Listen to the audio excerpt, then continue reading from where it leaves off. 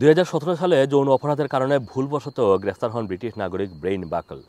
এরপর থেকে তিনি আপিল করতে থাকেন। দীর্ঘ 5 বছর জেল খাটার পর 2023 সালে আইনি লড়াইয়ের পরে বিচারকরা জানান যে সেক্সুয়াল অফেন্সে ব্রেইনকে গ্রেফতার করা হয়েছে, তিনি তাতে জড়িত ছিলেন না, মানে তাকে ভুলবশত কারাদণ্ড দেওয়া হয়েছে।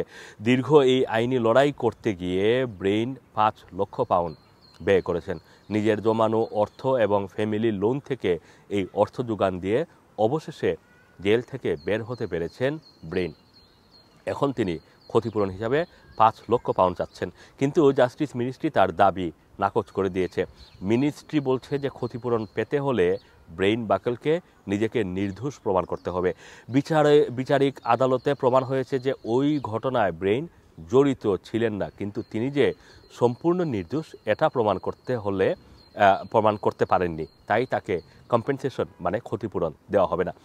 জানা গেছে 2014 সালে যুক্তরাজ্যে একটি আইন পাশ হয়। এই আইনের অধীনে যদি ইংল্যান্ড এবং ওয়েলসে ন্যায় বিচার না পেয়ে কোনো ব্যক্তি বিনা দোষে শাস্তির শিকার হয়, তাহলে তাকে ক্ষতিপূরণ পেতে নিজেকে নির্দোষ প্রমাণ করতে হবে। কিন্তু এই আইন অনুযায়ী নিজেকে নির্দোষ প্রমাণ করতে পারা অনেক কঠিন একটি প্রক্রিয়া।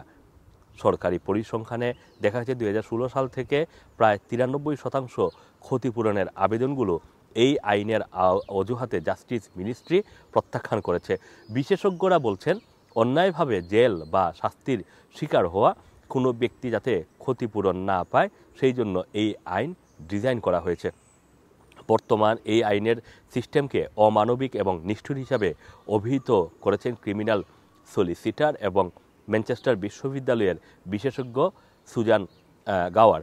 তিনি জানান, এর মাধ্যমে বার্তা পাঠানো হচ্ছে যে রাষ্ট্র কারোর ক্ষতি করলেও ক্ষতির দায়ভার গ্রহণ করে না, যা সম্পূর্ণ অমানবিক। বিদ্যমান আইন যে মানুষের কল্যাণের জন্য কাজ করছে না, সেটা এখন স্পষ্ট।